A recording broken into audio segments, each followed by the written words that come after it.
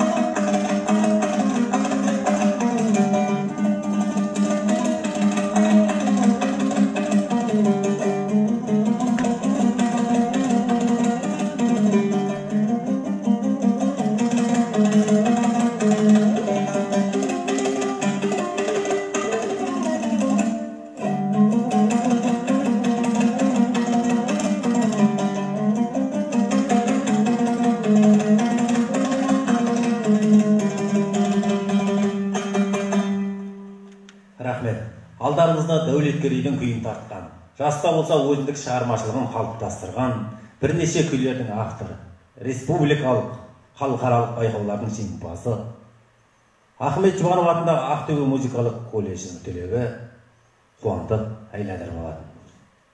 Ал ендеше Қуандық, сауал өзіңізде. Оркестрде әртіс болып ойнау жөні басқа нәрсе. Ал енді жеке орындаушы үшін шығарманы жеткізуде қиындық болады ма, өзің айтып берші? Әрине, дұрыс айтасыз. Оркестрден дирижерға ғана бағынат барлығы. Динамикасын көрсетеді сол дирижер. Барлығы сол тек дирижерға ғана бағын отырады. Ал жеке орындағанда өзінің жүрек қалауын ойлайсың, кей кезде тездетіп, кей кезде жай ойлайсың, динамикасына байланысты. Өз ойымша осы жеке ойнағанда халыққа тез жеткізуге болады осы күйді. Рахмет, өркенің өсін. Домбыра дегенде аудандық мәдениет үйінің базасындағы жарты ғасырлық тарихы бар. Қазанғап халық аспаптар оркестрі туралы айтпай кету ол мүмкін емес. Әңгіменің аудандық мәдениет үйінің қызметкері Құрал ағамызға бұрсақ, Құрал аға, өзіңіз айтып өтсеңіз. Жақсы, енді рахмет. Мына бүгінгі ең ұлттық мерекеміз домбыра мерекесі құтты болсын. Біздің әріптестеріміз қазір өздерінің өнерлерін көрсетіп жатыр осы ұлттық мерекемен. Сондықтан бүгін мерекелеріңіз құтты болсын дейміз. Енді Қазанғап оркестріне келетін болсақ, бұл оркестрдің түбі сонау тағдыр тарих дегенде әріде жатыр. Бұл оркестрдің өзінің кезінде ансамбль қылып бастаған Мырзағали Төлеуов ағамыз кезінде Жарқамыстың Байғанин ауданы орталық Жарқамыста болып сол уақытта өзі басталған екен. 1957 жылдары ол кісі әскер қатарынан келгеннен кейін бір ансамбльді ұйымдастырған. Сол ансамбльде жігіттерді, қыздарды, жас қыздарды топтастырып ансамбльді бастаған. Содан 57 жылдары осы ансамбльді аудан облыс көлеміне көрсете бастаған ғой. Сол уақыттарда қазір олардың енді марқұм көбі жан жанатта болсын, бәрі өмірден өтіп кетті көбі. Енді қазіргі осы мынау соңғы жаста біздің артымызда келетін олар уже 4-5 буында келеді. Былай қарап, олар сол бірінші буынның келеді. Ең бірінші мынау осы домбырашылық ансамбльдің негізі Көлтек Ақсақалдан бастаған, біздің үлкендердің айтуы бойынша біздің құлағымызға жетуі осылай жеткізілді. Қали Ақсақалдан бастаған, содан артынан осы Москва қаласында Люберцы деген қалада 1969 жылы сол жерде Москва қаласында осы Қазанғап атындағы оркестрдің құрамы барып, бірінші орын жеңіп алып келген, атағын қорғап алып келген.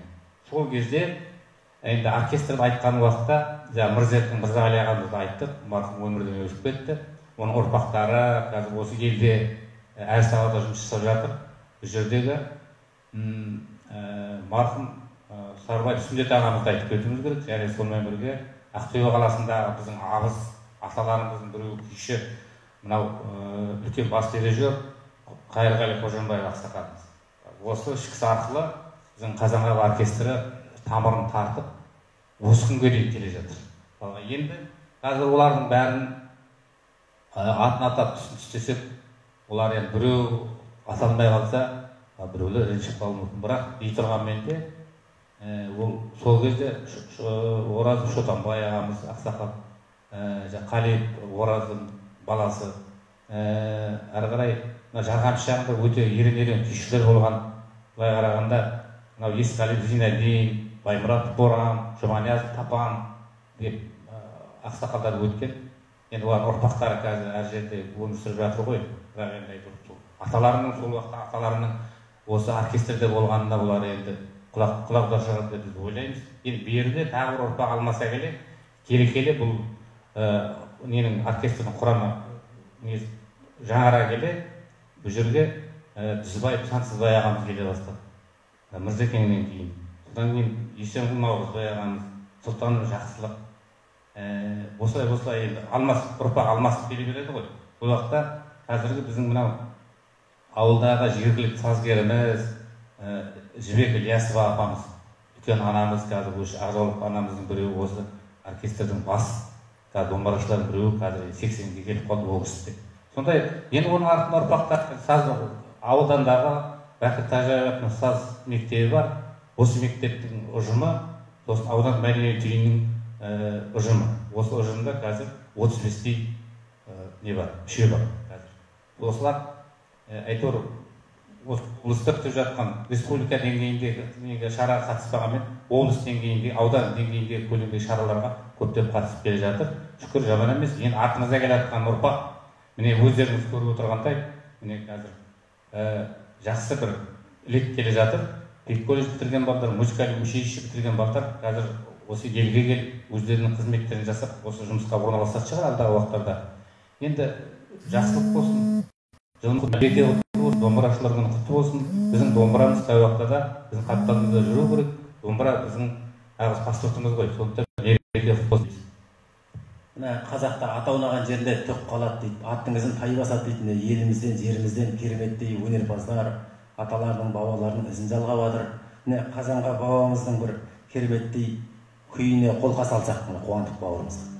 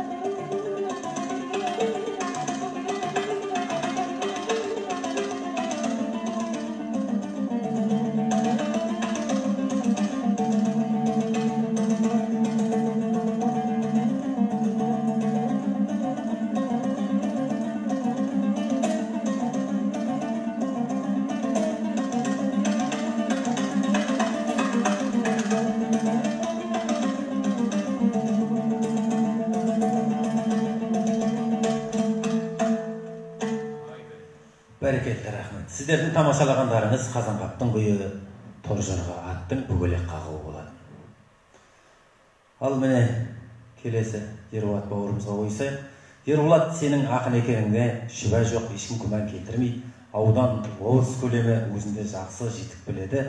Ақындық қасиетті домбырамен сүйемелдеп талай айтыстарда, талай додаларда топ жардың. Олай болса, осы қасиетті домбыраңды қолға алып, елге деген сәлеміңді арнауыңа жеткізсең. Ассалаумағалейкум, қадірлі қастерлі қазақ елі. Бүгін расымен біздің қазақ тұғырына, қазақ еліне өте елеулі және рухани жаңғыру тұсында нағыз керекті, ең керемет мейрам деп білетін, қазақтың жанына, қанына, барына айналып кеткен домбыра мерекесі. Баршаңызға шын жүректен құттықтаймын. Өйткені себебі бұл домбыра ақылым заманнан, сонау қазақтың қазақ болғанынан жанына серік болған, осы қазақтың мұңы мен зарын қуанышына ортақ қылған қадірлі домбыра. Енді осы домбырасыз қазақты елестету мүмкін емес. Десе де осы қадірлі домбырамыздың мерекесі құтты болсын. Енді айтыс өнерінде жүргесін, Аллах берген өнерді халыққа паш етпесін. Енді осы домбыраны көбіне жанымызға серік етеміз. Дегенмен осы бүгінгі осы домбырамыздың күнінде бір ауыз домбыраға болсын, жақсы тілегімді айтып көрейін, мүмкін болса.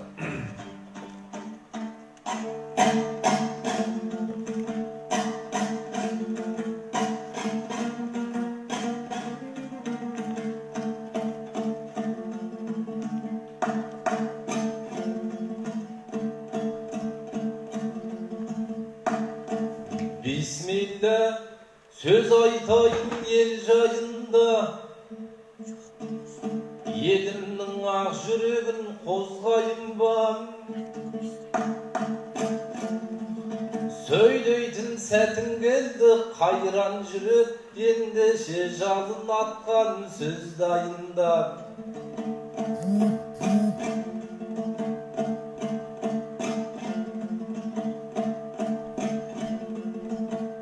Бүгін мені мереке ең атаулы, сөз айтсам деп отырмыз сол жайында.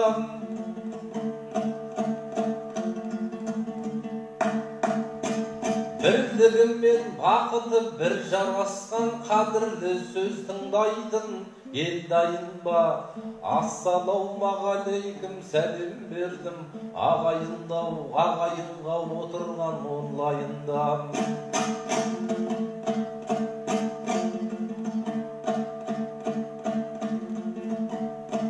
Бисмилля болған кезде сөздің басы, назарыңды өлеңнен кілт бұрмашы. Енді бір сөз сөйлейік, Алла жазса болмашыны маңдайға жүк қылмашы.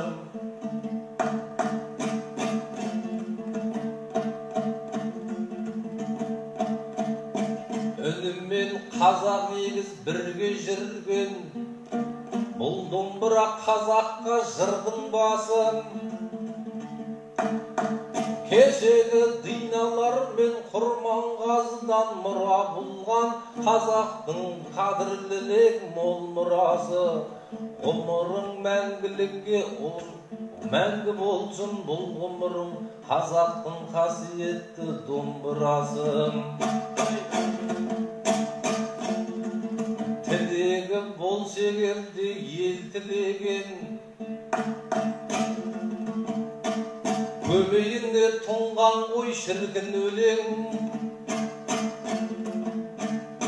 Домбыра мен қазақты біле білсең, қос ішекті екеуін егіз көрем. Кешегі замандарда қайғы мен мұңыңдайды, қазақта бұл домбыра күмбірлеген.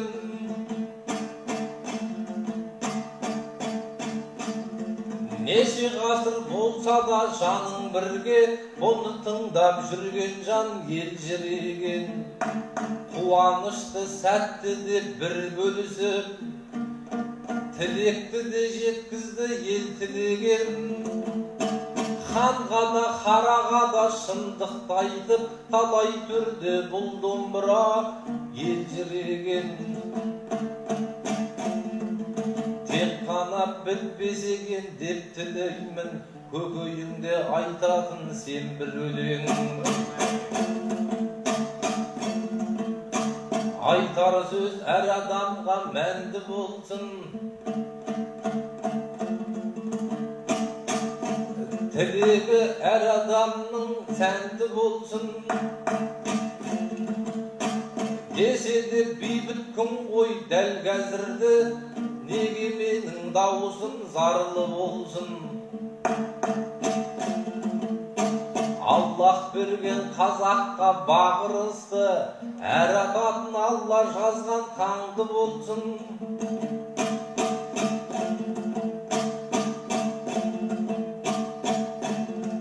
Домбыраға тілек тілеу жөнде шығар, айтатын ақ тілегім барда болсын. Домбырамның дауыс естіліп бұл далада, қазағымның өмірі мәңгі болсын.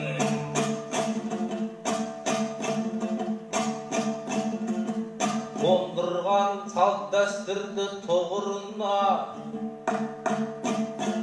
мен үшін біле білсең домбыра ұлымына. Сен арқылы домбыра қазақ еді, құлақ түріп тыңдаған шындығына.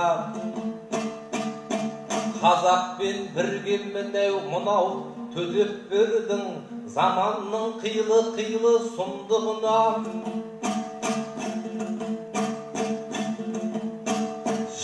Кей жан кей кездерді сабырға шақырып ең, қастерлі қасиетті елді мына. Аллаға мың бір тәубе айтам енді, сені бүгін қондырды тұғырыңа. Алла тек ғұмыр берсін деп тіледім, домбыраның қадірлі ғұмырына. Bir Allah әр пендені ұлық қылсын, домбыраның даусындай көңілді тұнық қылсын. Яра сәл бір қиын жағдай боптыр, енді айтарымды біліп тұрсың. Домбыраның дауыс ешбір үзілмесін, қалай оның дауысын сынық қылсын.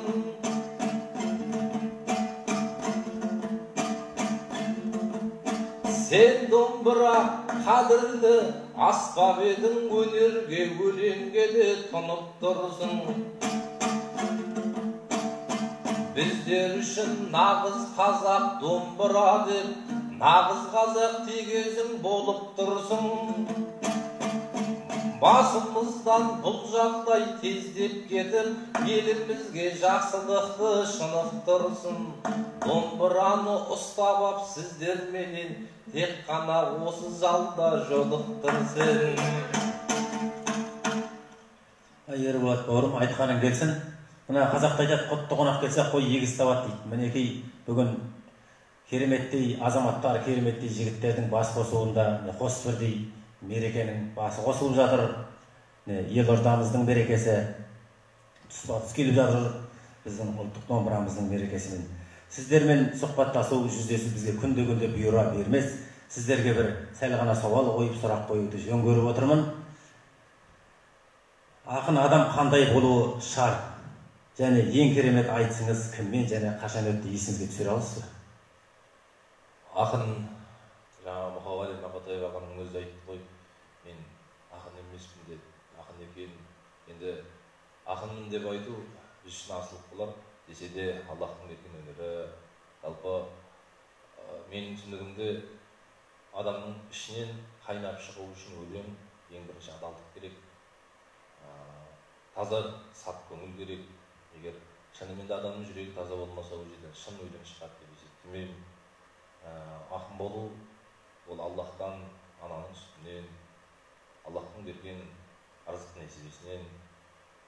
Жалпы айтыс өнері бұл қазақпен бірге біте қайнасқан қазақтың өнеріндегі ішіндегі ең шоқтығы биік өнер деп білемін.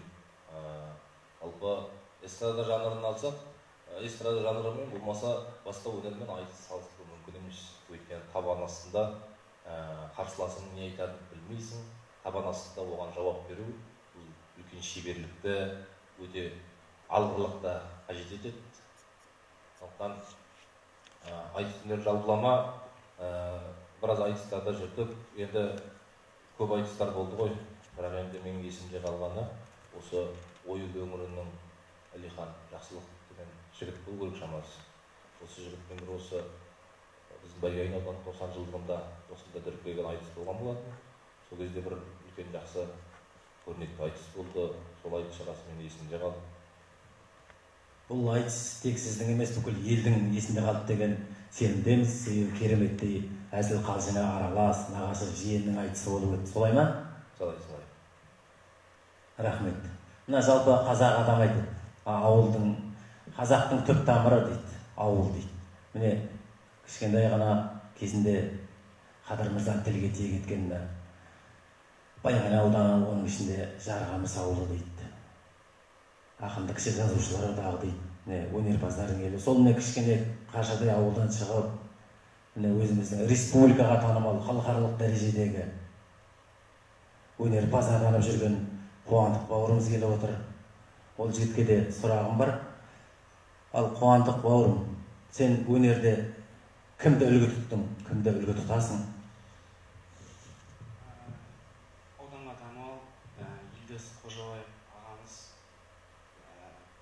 Жастайымнан, кішкентай кезімнен осы мен музыкалық мектепке барып, қасымда жүріп, бүткіл конкурстарға, концерттерге барлығына қасымда жүріп, барлық жерге апарып десем, артық етпес. Осы Ахмет Жұбанов атындағы музыкалық колледжге де осы Елдос Қожабаев ағамыз апарған болатын. Рахмет.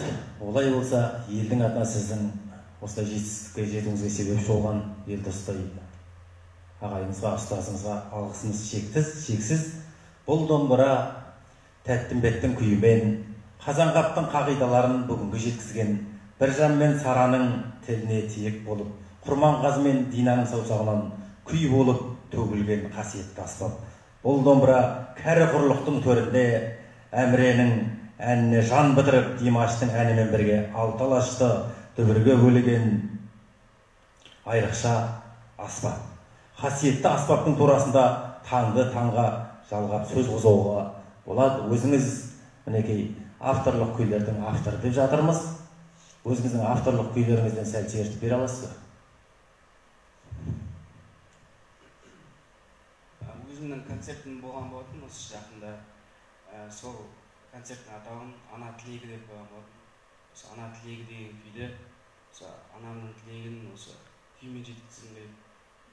Сол мақсатта шығарған болатын.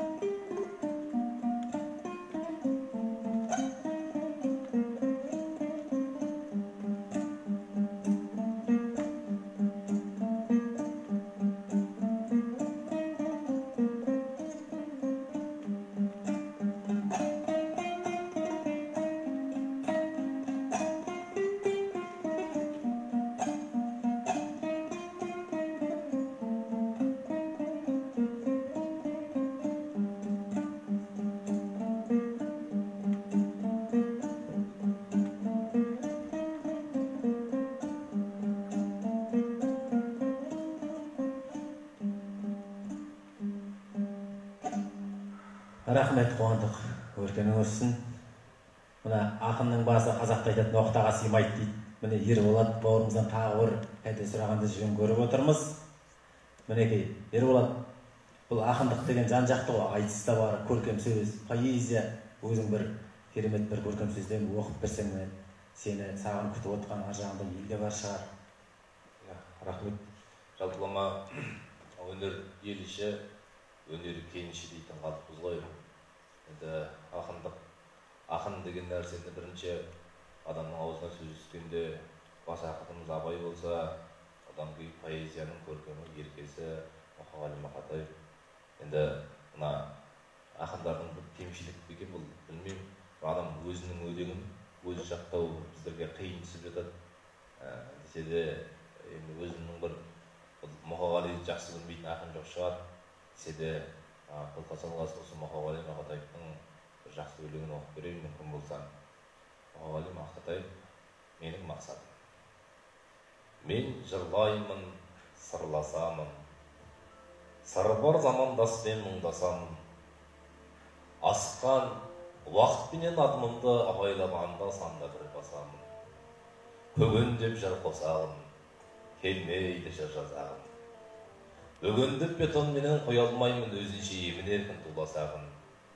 Қайыптан пайда болған сайтандайын, жыр туса қайтармаймын. Улатып майтаңдайын, аш тіл ақиқатын айтардайым. Жанымнан жалындаған от кетпеген, жалықпай өзімді өзім зерттеп келем. О жүрегім орныңнан қобалжыма, жарымсақ жалғандыққа беттетпеген. Тіпті де мен емес мен дегенін, сендірмеймін, сенбеңдер сенбегенін. Өзгенің жанын сырын ұғу үшін өзімді зерттеген жөн көремін. Мен де бар, сенде де бар, онда да бар. Демек менің де сонда қалар. Өз жаныңды алдымен жайып таста, жақсылықтың көкөзі сонда болар. Не шығады, бәрінде сүйемдеуден, бәрі де сүйемін деп емденген. Бәрінде мен де сүйем айтпам, бірақ отырып оңашада күйір кеудем, сондықтан күйінемін. Жасырман, жарым да сол жименің, жыр жазу кім біледі ермек шығар. Ақын болу не деген киінеді. Рахмет, Ерболат. Ақын деген Алланың түл перзенті, ақынды тек табиғат жаратады. Ақын болу ол бірінші Алладан, екінші табиғаттан. Қазақтың қара домбырасы әлем елдерінің ең ежелгі мұрасы ретінде ЮНЕСКО тізіміне енгені белгілі.